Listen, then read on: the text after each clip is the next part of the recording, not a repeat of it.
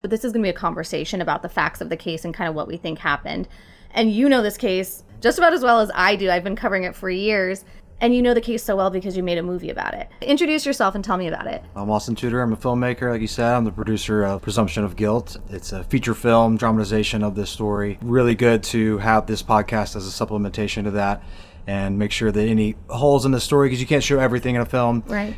So we're able to go through every single detail here today. And then I like this format because we can give more of our personal opinion that's a little extra to the facts. All right, so we're going to go to talk about what we talked about in episode 1, which was, we called it a bloodbath, which it was, the crime scene of Duran Bailey. So let's walk through some of the things that were found at the crime scene.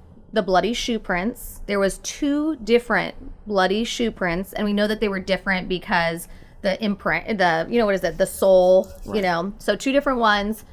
Chewing gum, pubic hair. I know the big one for you. What was semen? Whose semen was there? I mean, that at least breaks their theory in terms of her acting alone, I would imagine. I mean, they only explained it away, I think, by saying that, oh, well, he must have had a homosexual encounter right before that, before having an encounter with her. So he timed it perfectly. He's like, I'm going to get with this guy, and then she's just going to be right there for the murder. Right. But also then there was innuendos from at least the prosecution that her encounter was sexual. So he was just very busy. All day, yeah. Yeah. He was going to town this day, The semen doesn't exonerate her, but at least breaks up their theory that she was acting alone, in my opinion. I completely agree. And I believe in episode 1, we went into Diane Parker and her friends. And so this is my complete personal opinion. We're saying that right now. I believe that I think there was a few people involved in his murder. That is just my personal opinion. Because of just how graphic and how crazy it was, Diane Parker talked about her friends that were watching out for her, the 2 different shoe prints. I almost imagine it like he was confronted and something happened is kind of what I think. I think there was a few people there. And the DNA, everything we have, the only person not there is Blaze. Yeah. Right. Yeah, it's incredible. I think Diane's definitely an overlooked aspect Breaks my heart. of the case because she's the closest link to who we think is the actual perpetrators of the crime. Mm-hmm. And the police didn't want to hear it. She even offered her bloody clothes from the time that Duran Bailey raped her, allegedly, and they didn't even want them. No, we're good. Thank you so much. Yeah, we're good. I mean, wouldn't you take every piece of evidence you could get just in case you can find some other clue of something like that's detective work. That's what they're paid to do. That's what they're supposed to do. Even if it was for the rape part, right. For the other case, Duran Bailey could possibly be still alive, I believe, if Diane Parker's rape was investigated. Right? And we'll get into this in the trial and whatnot, but police basically, they said, oh, no, it didn't happen.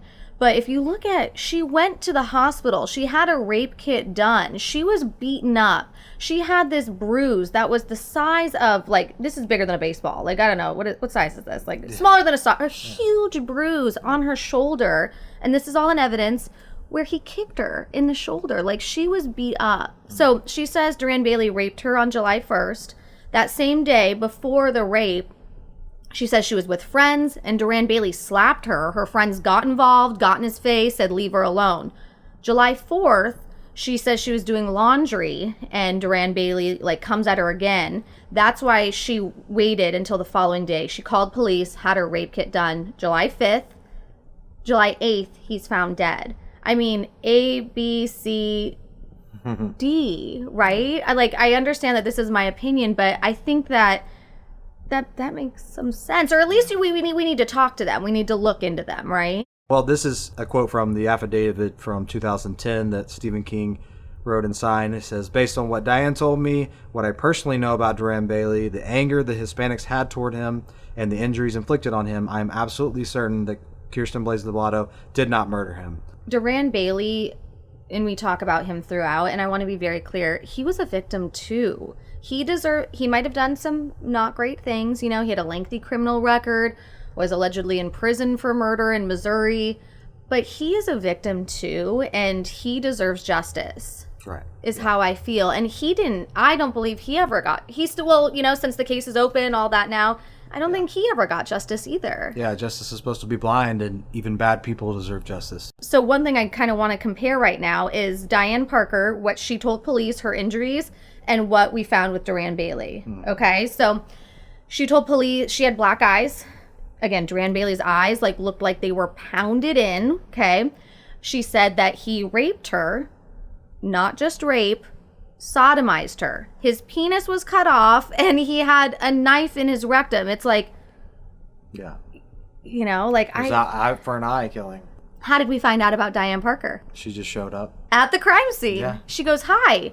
Well, she didn't say hi. She knew his name before the police did. She did. She said, is that St. Louis? And I remember working on this case when I was a reporter, and I talked to this FBI supervisor named Steve Moore.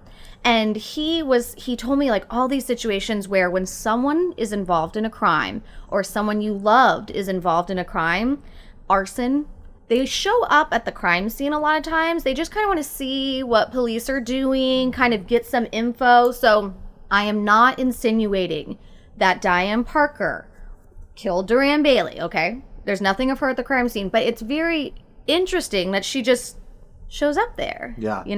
It was risky what she did to confront police and tell her, hey, I know who that is. She's implicating herself. She knows all this information. Even if they would have said, okay, it was the Hispanic men that she described and went after them, she's at minimum going to be accessory, something, if not even a party to the murder in the first degree. She put herself on the line, and of course that's just not understanding, hey, you shouldn't talk to police without a lawyer. That's a concept that most people should learn. Yeah. I've covered so many cases when I was a reporter, and sexual assault cases, rape kits, they're usually hundreds of pages.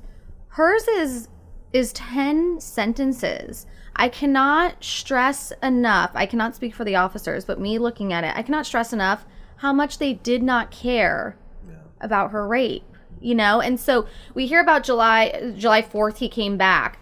And a question I've always wondered, she wasn't asked this on the stand, but we have the 5th is when she calls police. Did he come back? The 6th, the 7th, the 8th is when he's found. I wonder if there was some sort of another, maybe not even Duran Bailey maybe saw her again, scared her again. Maybe she talked to somebody about it.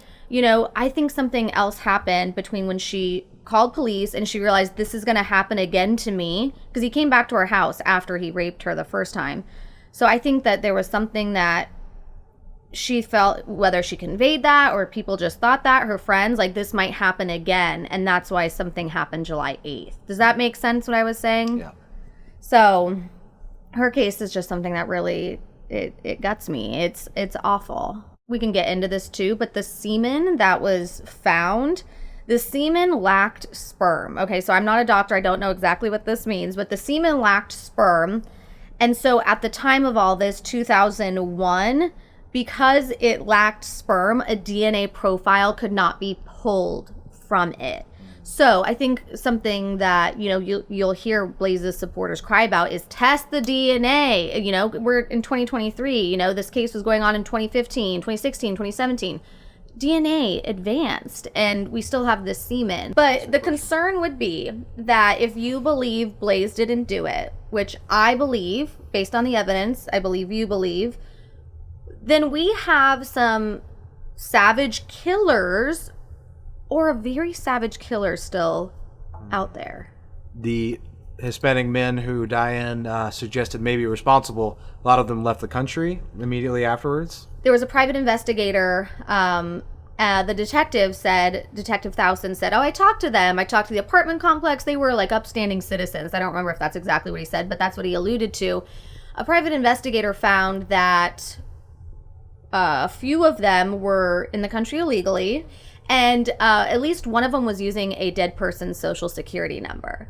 And that was uncovered by a private investigator, not the police, who have more resources and more authority to subpoena things, and they could have found out more than this guy did on his own. I think we wrapped up. We talked a lot about episode 1. I think this could be a good place to stop. Yep. And lead into episode 2.